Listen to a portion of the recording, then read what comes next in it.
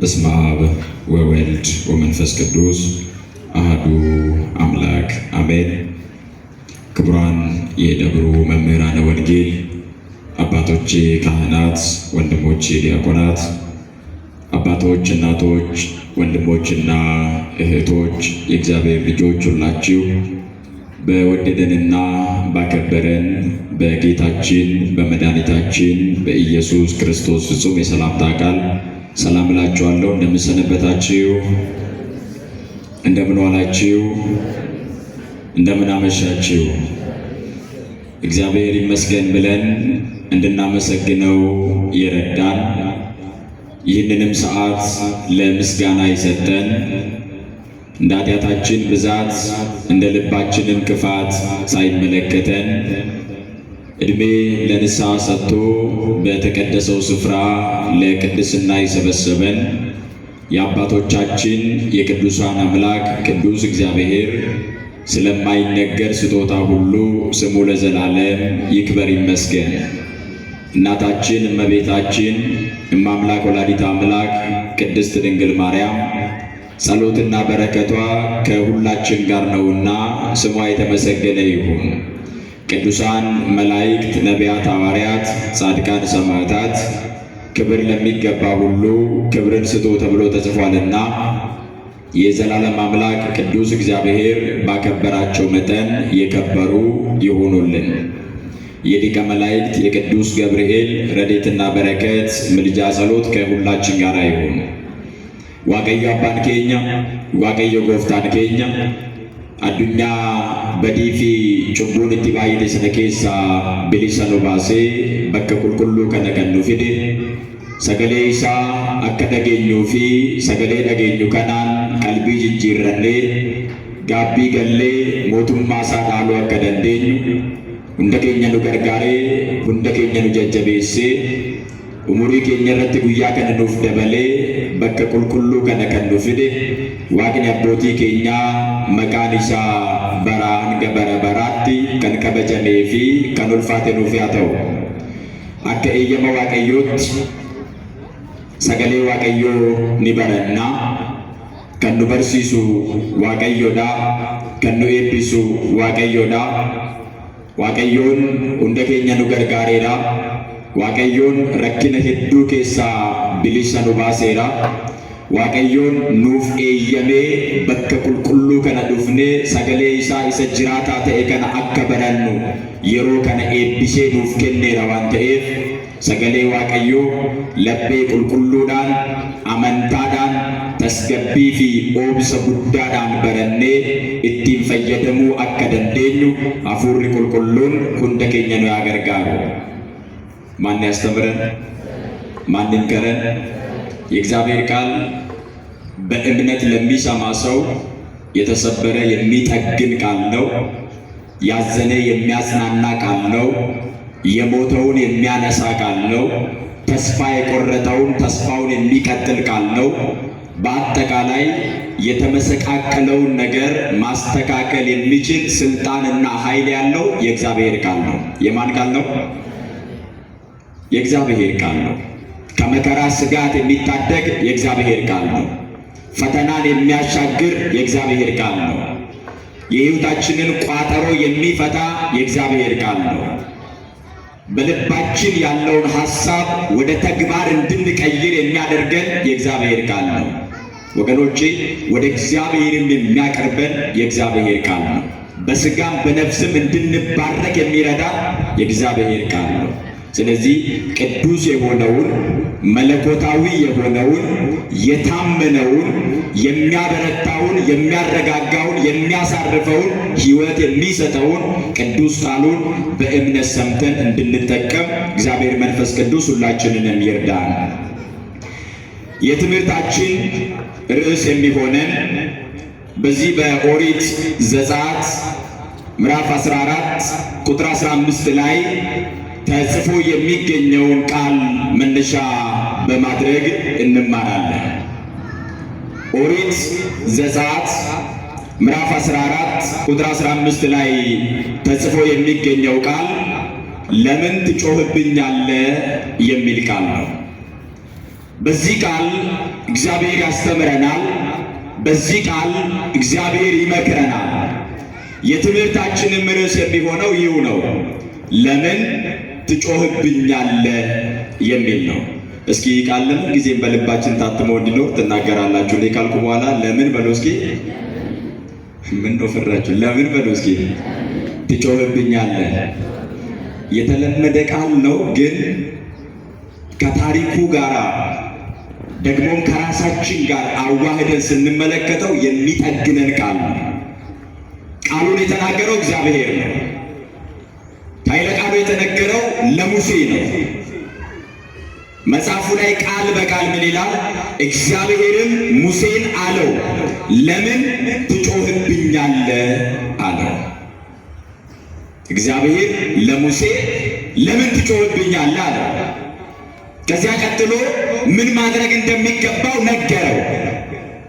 ስለዚህ ይህንን ቃል መነሻ በማድረግ እግዚአብሔር ዛሬም ለምን ወደ እርሱ እንደምንጮህ፣ ለምን እርሱን እንደምንለምን፣ ለምን ወደ እርሱ እንደምንጣራ፣ ደግሞ ከጩኸታችን በኋላ ምን ማድረግ እንደሚገባን ከኛ የሚጠበቀውን ነገር እግዚአብሔር ይነግረናል። ማን ይነግረናል? እግዚአብሔር ይነግረናል።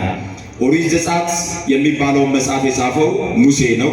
ሁላችን እንደምናውቀው ሙሴ በብሉይ ኪዳን መጻሕፍት ውስጥ ኦሪት ዘፍጥረት፣ ዘጸአት፣ ዘሌዋውያን፣ ዘሁልቁና ዘዳግም የሚባሉ 5 መጻሕፍትን ሙሴ ጽፎልናል። ኦሪት ዘጸአት የሚያሳየው የእስራኤላውያንን ከግብፅ መውጣት ነው። የቃሉ ትርጉም በራሱ መውጣት የሚለውን የሚያመለክት ነው።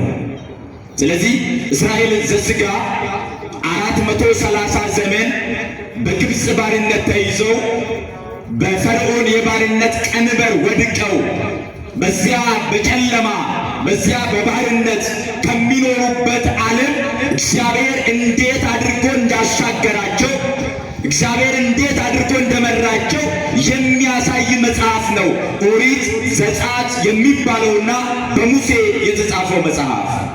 በዚህ መጽሐፍ ውስጥ የተጻፉ ግን በአዲስ ኪዳን ፍጻሜያቸውን ያገኙ ብዙ ታሪኮች አሉ።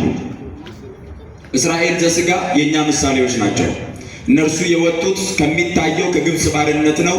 እኛ የወጣነው ከማይታየው ከዘላለም ባርነት ነው።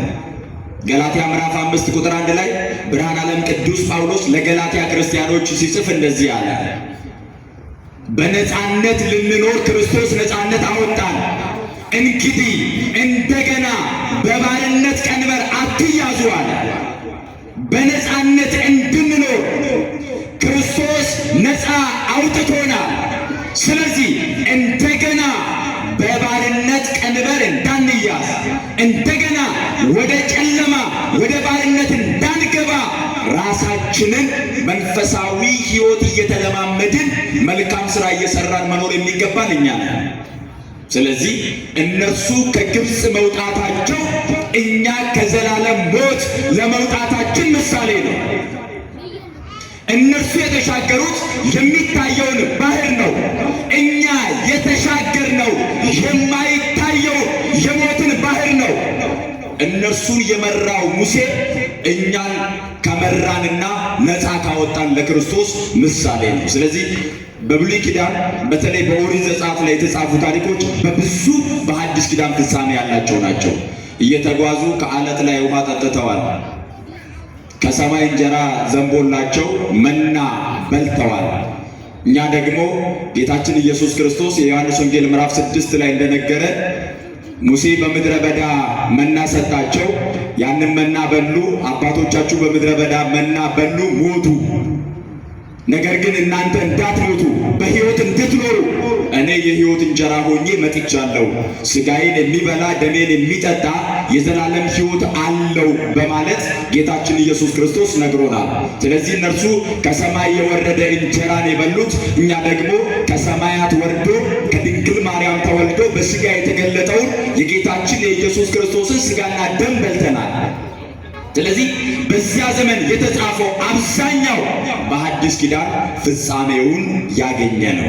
ምዕራፍ 14 ላይ እግዚአብሔር በብዙ ተአምር ኦሪት ዘጸአት ምዕራፍ 14 ላይ እግዚአብሔር በብዙ ተአምር እስራኤላውያንን ነፃ አውጥቶ እነርሱም ከግብፅ የባርነት ቀንበር ነፃ ወጥተው ወደ ሀገራቸው ወደ ከነዓን እየተጓዙ የእግዚአብሔር መልአክ እየመራቸው መልአኩ ፊት ለፊት እየሄደ ሙሴ እየተከተለ ሕዝቡም ሙሴን እየተከተለ ልብ በሉ ከ600,000 ሕዝብ በላይ ነው ቁጥራቸው። ይሄንን ሁሉ ሕዝብ እግዚአብሔር ባገዛቸው እግዚአብሔር በረዳቸው በብርቱ ክንድ ከፈርዖን ባርነት ነፃ ካወጣቸው በኋላ እየተጓዙ በፊት ለፊታቸው የኤርትራ ባህር ተደቅኖ ነበር ይላል። እንዳይገቡ በዋና የሚሻገሩት ባህር አይደለም። ግራና ቀኝ ማለፊያ መንገድ የለውም። እንዳይመለሱ አንፈልግም አንገዛም ብለው ከግብፅ ወጥተዋል። ባህሩን በመርከብ መሻገር አይችሉም። እጃቸው ላይ መርከብ የለም። ቁጥራቸው በጣም ብዙ ነው።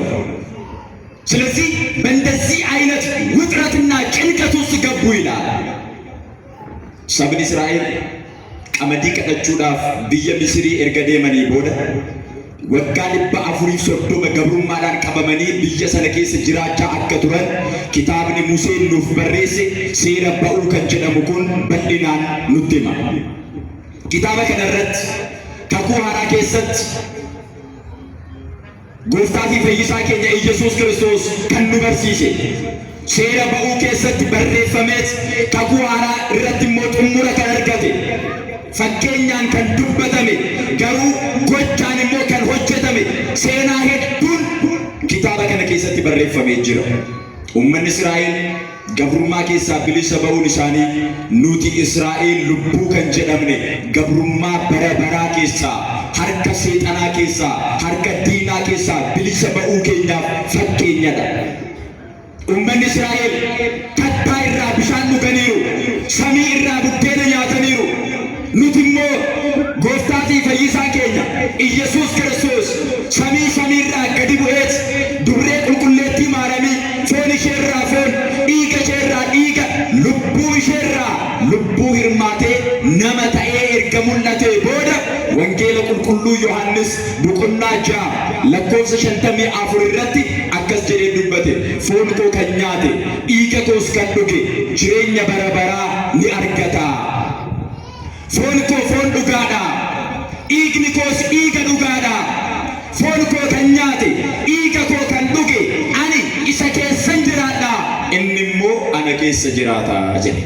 Kanaaf isaan sun buddeena kakuu moofaa nyaatanii du'aniiru.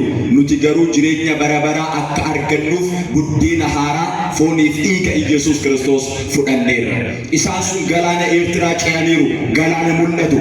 Nuti garuu galaana hin mul'anne du'arraa bilisa baanee ceeneerra gara jireenyaatti jechuudha. Kanaaf maatii Waaqayyoo fakkeenyadha kakuu moofaa keessa kan jiru. Kakuun haaraan immoo gochaan kan mul'atedha, hojiitti kan jijjiiramedha jechuudha. Kanaaf gooftaan keenya Iyyasuus Kiristoos akkuma nu barsiise sabni sun Waaqayyoon bilisa baaseera. Nuti immoo diina keessaa dukkana keessaa harka seexanaa keessaa bilisa baanee aangoo mucummaa Sillaasee argannee maatii Waaqayyoo taaneerra. ስለዚህ እስራኤላውያን በአጠቃላይ ጓዛቸውን ጠቅልለው ነፃ ወጥተናል፣ ከፈርዖን እጅ ተላቀናል፣ ከባርነት አምልጠናል፣ ከዚህ በኋላ ምንም አይዘንም፣ ወደ ሀገራችን እንገባለን፣ እግዚአብሔር ወደ አዘጋጀልን ማርና ወተት ወደምታፈሰው ከነዓን ወደምትባለው ወደ ርስታችን ወደ ሀገራችን እንገባለን ብለው እየተጓዙ ሳለ ከፊት ለፊታቸው ባህር አለ። ከኋላ የታጠቁ የተዘጋጁ የፈርዖን ወታደሮች እየመጡ ነው። ሰረገላቸው ጭነው የተመረጡ ሰረገላዎችን ይዘው ወዴት ይሄዱ? ከፊት ለፊት ባህር፣ ከኋላ ወታደር። ምንም አይነት ማምለጫ ስፍራ የለም።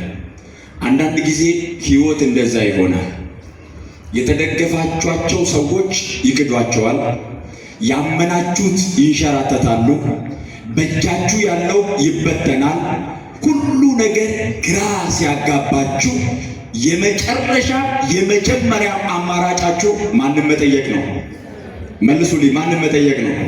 እኛ ብዙ ጊዜ ብልጣብልጦች ስለሆነ ብልጣብልጥነት እንጠቀማለን። ገንዘብ ያለው ሰው በገንዘቡ፣ እውቀት ያለው እንደዛው በጣም ብዙ አማራጮችን መጠቀም እንፈልጋለን። ወገኖቼ ከፊት ለፊታችን እንደ ባህር የተደቀነ ፈተና ካለ፣ ከኋላችን ሊገድለን የመጣ ፈተና ካለ፣ መከራ ካለ፣ በሕይወታችን የትኛውን ችግር ቢገጥመን መጥራት የሚገባን ማንን ነው? ማየት የሚገባን ወደ ማን ነው? መለመን የሚገባን ማንን ነው? እግዚአብሔርን ነው። በሕይወታችሁ ተስፋ አትቁረጡ። ምንም የማይቀየር ነገር የለም። ምንም የማይለወጥ ነገር የለም። ሰው በዚህ ዘመን እርሱ በራሱ ልክ ነው ጉዳዩን የሚመለከተው። ሕይወቱ ላይ ፈተና ከመጣበት፣ ችግር ከመጣበት፣ መከራ ከገጠመው አላልፈውም ብሎ ያስብና አንዲት ነፍሱ ላይ ይወስናል። ሰው መርዝ የሚበጠብጡ፣ ገመድ የሚያንጠለጥሉ፣ ራሳቸውን ለማጥፋት ብዙ አማራጮችን የሚጠቀሙ ሰዎች እኮ በሌላ ቋንቋ ምን እያሉ ነው? መሻገር አልችልም እያሉ ነው። አዎ አንተ መሻገር አትችልም፣ ግን ማን ያሻግራል? መልሱልኝ። ማን ያሻግራል? አንተ መከራውን መቋቋም አትችልም፣ ግን ማን ያስችላል? እግዚአብሔር።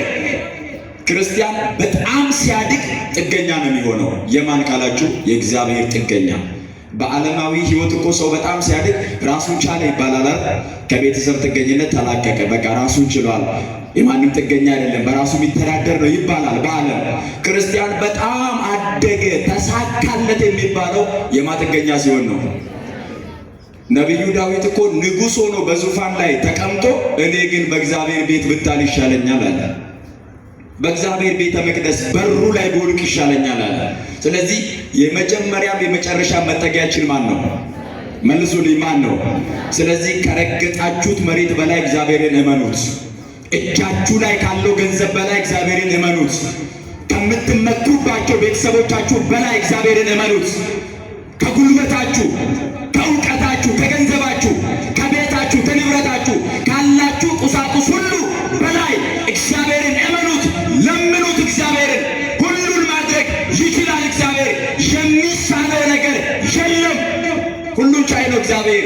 እንደ ሰውኛ የታጠቁ ወታደሮች እየመጡ እንደ ሰው ከፊት ለፊት የተደቀነ ባህር እያለ በመርከብ የማይሻገሩት፣ በዋና ማይሻገሩት እጅግ ግዙፍ የሆነውን ባህር በፊት ለፊታቸው እያለ እንደ ሰው እኮ አይቻልም።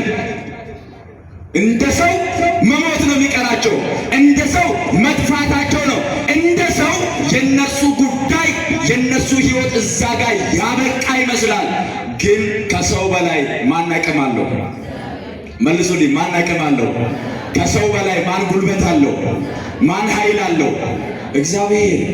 ታዲያ ለምን እንጨነቃለን? የሚያስጨንቃችሁን ሁሉ በእግዚአብሔር ላይ ጣሉ ተብሎ ተጽፏል። በማለት በጸሎትና በምልጃ እግዚአብሔርን ጠይቁ፣ በአንዳች አትጨነቁ። የሚያስጨንቃችሁን ሁሉ በማለት ጣሉ በእግዚአብሔር ላይ። ግን እምነት የለንም እኛ። ስለማናምን አይሆንልንም። ስለምንጠራጠር አይሆንልንም። በእምነት እግዚአብሔር ይችላል ብለን ስለማንጠይቅ አይሆንልንም። ወገኖቼ እግዚአብሔር ለሁላችንም የእምነት ልብ ያድለን። በፊት ለፊታቸው ባህር አለ፣ ከኋላቸው ወታደር አለ። ከዚያ ያ ሁሉ ሕዝብ ተሰብስቦ ሙሴን እንደዚህ አሉት፣ ሙሴ ለምንድን ነው ከግብፅ ያወጣኸን? በግብፅ የመቃብር ስፍራ ጠፍቶ ነውን በበረሃ እንድናልቅ የፈለግከው? ለምንድን ነው ከግብፅ ያወጣኸን? ብንገዛላቸው ይሻለን ነበረ። ለምንድን ነው ከግብፅ ያወጣኸን? ለዘላለም ባሪያዎች ብንሆንላቸው ይሻለን ነበረ። ለምንድን ነው ያወጣኸን? ለምንድን ነው ያወጣነው? ያኔ ይሻለን ነበረ። ዱባና ሽንኩርት እየበላን ይሻለን ነበረ። እየተረገጥን ይሻለን ነበረ። ለምንድን ነው ከግብፅ ያወጣኸን ብለው ሙሴ ላይ አጉረመረሙ ይላል። አንዳንድ ጊዜ ለምንድን ነው ክርስቲያን የሆንኩት የሚሉ ሰዎች አሉ። መከራ ሲገጥማቸው እንዴ እኔ እኮ ወደ እግዚአብሔር ከመምጣቴ በፊት እኮ ችግር ገጥሞኝ አያውቅም። እኔ እኮ ወደ ቤተ መቅደስ ከመመላለሴ በፊት እኮ ተፈትኜ አላቅም። አሁን ተፈትና አታውቅም። በእጁ ነህ በሰይጣን እንዴት አድርጎ ይፈትናል? አሁን እኮ የእግዚአብሔር ስትሆን ነው መከራው የሚበዛው። የእግዚአብሔር ስንሆን ነው ፈተናው የሚበዛው። የእግዚአብሔር ስንሆን ነው ጥያቄ የሚበዛው። የሰይጣን የሁል ጊዜ ዓላማው እኛን ከእግዚአብሔር መለየት ነው። ደካማ ጎናችንን እየተጠቀመ ከእግዚአብሔር ሊለየን ይፈልጋል ሰይጣን። ስለዚህ እንፈተናለን። የእግዚአብሔር ስንሆን እንፈተናለን። ክርስቲያኖች ስንሆን እንፈተናለን። ክርስቶስን ስናምን ነገር ግን እንፈተናለን እንጂ አንወድቅም። ብንወድቅም አንጠፋ። ጻድቅ 7 ጊዜ ይወድቃል ደግሞ ይነሳል ይላል። ደግሞ ምን ይላል? ውድቀቱ አይደለም ጻድቅ ያሰኘው መነሳቱ ነው። ስለዚህ ማንም እንደወደቀ አይቀርም፣ ይነሳል። በሕይወታችሁ አንድ ጊዜ ከወደቃችሁ በኋላ በቃ የኔ ጉዳይ እዚህ ጋር አብቅቷል፣ እግዚአብሔር ከዚህ በኋላ አይቀበለኝም ብላችሁ በሕይወታችሁ ተስፋ አትቁረጡ። እግዚአብሔር ኃጢአትን እንጂ ኃጢአተኛን አይጠላም። ኃጢአተኛን ይወዳል። እግዚአብሔር ወዳጅ ነው። እግዚአብሔር ይቀበላል ኃጢአተኞችን። ስለዚህ እስራኤላውያን ፈተናቸው በዛ። ለምን ወጣን ከግብፅ አሉ። ለምንድን ነው የወጣ ነው? እዚህ የምናልቅ ከሆነ ለምን ወጣ? የማንሻገረው ፈተና የሚያጋጥመን ከሆነ ለምን ወጣ? ለምንድን ነው ከባርነት የወጣ ነው ብለው አጉረመረሙ ይላል። ወገኖቼ ክርስቲያኖች የሆነው ለምንድን ነው? በዓለም ላይ በድሎት ለመኖር፣ በምቾት ለመኖር፣ በዓለም ላይ የሥጋ ስኬት ሁሉ ተሟልቶልን እንድንኖር። ቢሳካልንም እኮ እድሜው ትንሽ ነው። ሰው ቢኖር 70 80 ከዛ በኋላ እርጅና ነው አይደል? መከራ ነው፣ አሳር ነው። 1000 ዓመት አንኖርም። ነገር ግን ለዘላለም የምንኖርበትን መንግስት ማን አዘጋጅቶልናል? ስሙ ጥሩት። ማን አዘጋጅቶልናል? ስለዚህ እዚያ ጋር መንግስቱን ለመውረስ እዚህ ጋር መከራውን መቋቋም ያስፈልጋል። ፈተናውን መቋቋም ያስፈልጋል። ጮሁበት ሙሴ ላይ አጉረመረሙ እስራኤላውያን። ብንመለስ ብንገዛላቸው ለእነርሱ እየተገዛን እየታዘዝን እየተረገጥን ብንኖር ይሻለን ነበር አሉ። እንዴት እንደኖሩ እኮ ያውቃሉ። ራሔል የምትባል አንዲት ምስኪን ሴት በዘመኑ የነበረች ልጆቿን ወልዳ ያው ጭቃ እየረገጡ ነው የሚተዳደሩት። በቀን ከሚረግጡት ጭቃ ደግሞ እጥፉን እንዲረግጡ የሚገደዱ ነበረ። በእነርሱ ደም የተገነባ ጡብ ነው። ስለዚህ ይቺ ራሔል የምትባል ሴት ጭቃ እያቦካች በእግሯ ጭቃ እየረገጠች እያለ ምጧ መጣ። ከዚያ በኋላ የሚጠብቁ የአሰሪዎቻቸው አስገደዷትና በጭቃ መካከል ልጆቿን ወለደች።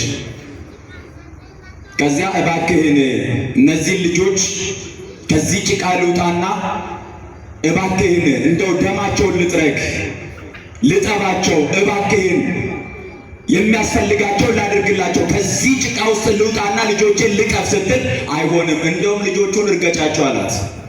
ሳትወድ በግዷ እንባዋን በእጆቿ እያጠራቀመች መንታ ልጆቿን ከጭቃ ጋር ደባልቃ ረጋገጠችና እንባዋን ወደ ሰማይ አምላክ ወደ እግዚአብሔር አፈሰሰች። እግዚአብሔርም የራሔልን እንባ ተመለከተ ይላል። እንባችንን እግዚአብሔር ይመልከትልን። እንዲህ የሚኖሩትን ኑሮ ነው ጥሩ ኑሮ ነው ብሎ የፈለጉት። እንዴት እንደኖሩ ያውቃሉ። ነገር ግን ጊዜያዊውን መከራ ፈርተው ከመከራ በኋላ ከፈተናው በኋላ ከችግሩ በኋላ ያለውን ሕይወት አላዩትም። ክርስቲያን ዛሬ ተስፋ የሚቆርጠው የሚሸማቀቀው አንገቱን የሚደፋው ለምን ይመስላችኋል? የሚመለከተው ስጋዊ ነገር ነው። ወገኖቼ ዓይናችንን እግዚአብሔር ያብራልን።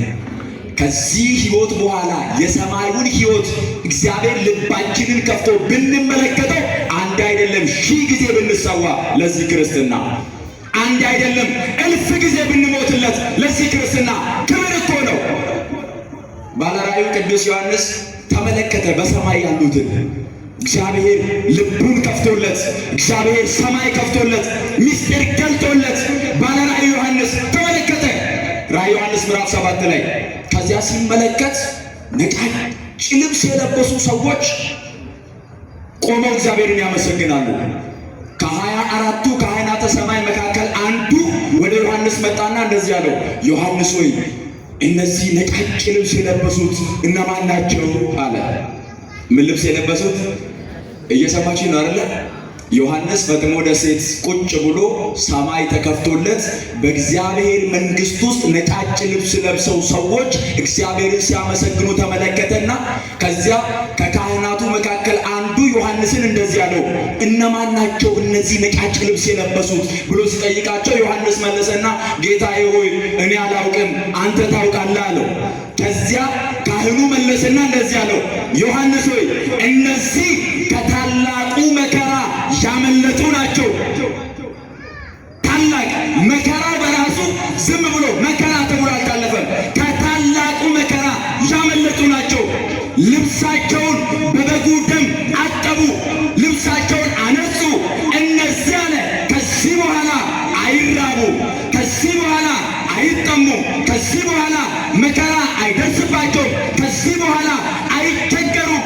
በጉ እረኛቸው ይሆናል፣ በመልካም ስፍራ ያሰማራችኋል አለ።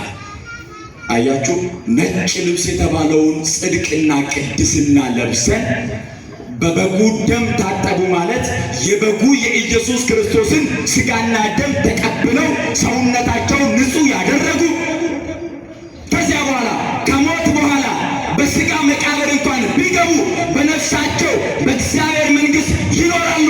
ከዚያ በኋላ ሳለ አይራቡም፣ አይጠሙም።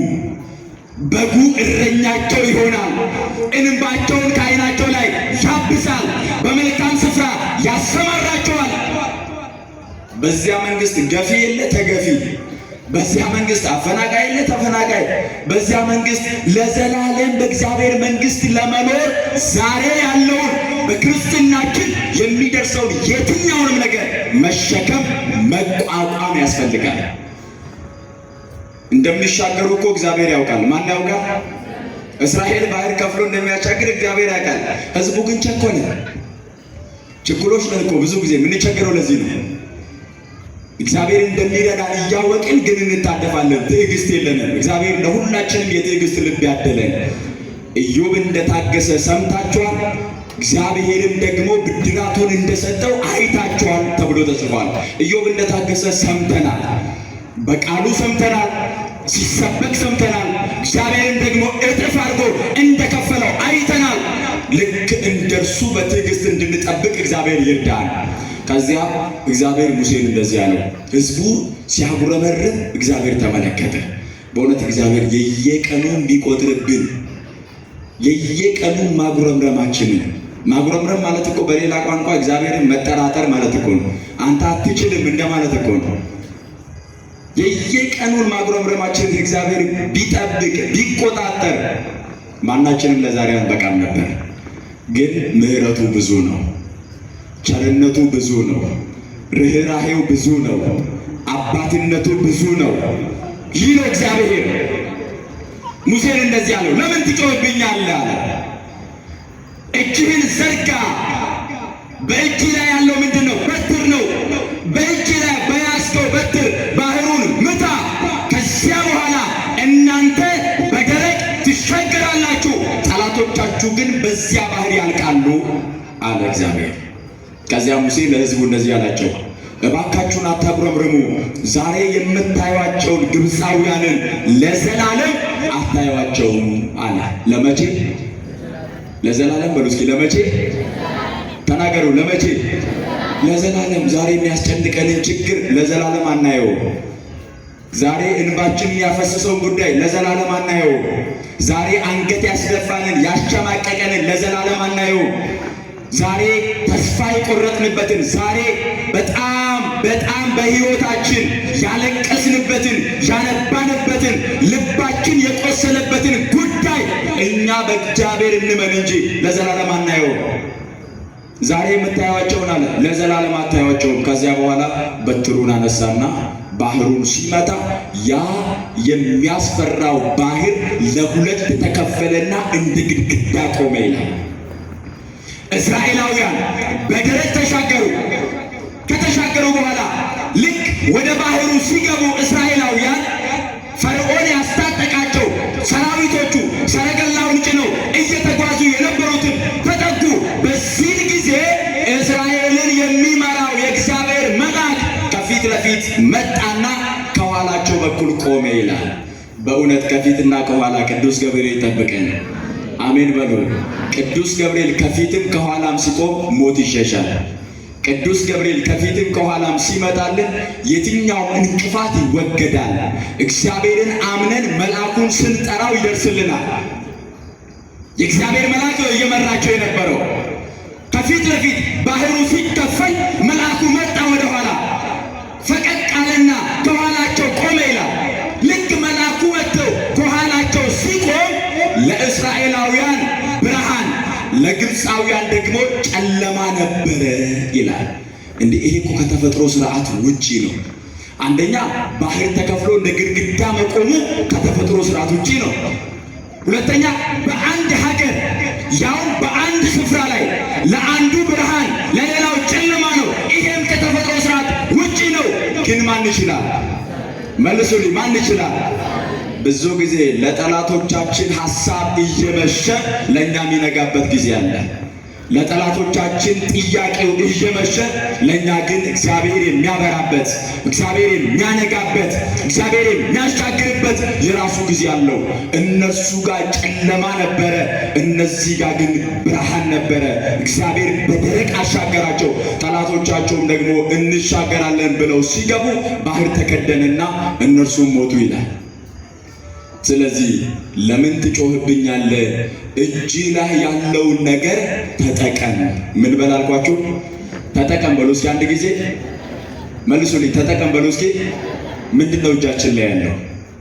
የእግዚአብሔር ቃል መጽሐፍ ቅዱስ እጃችን ላይ አይደለም ወይ? ቅድስት ቤተ ክርስቲያን ቅርባችን አይደለችም ወይ? የጸሎቱ መጽሐፋችን እጃችን ላይ አይደለም ወይ? የእግዚአብሔር ቃል በልባችን አይደለም ወይ? ለምንድነው መጠቀም ያቃተን?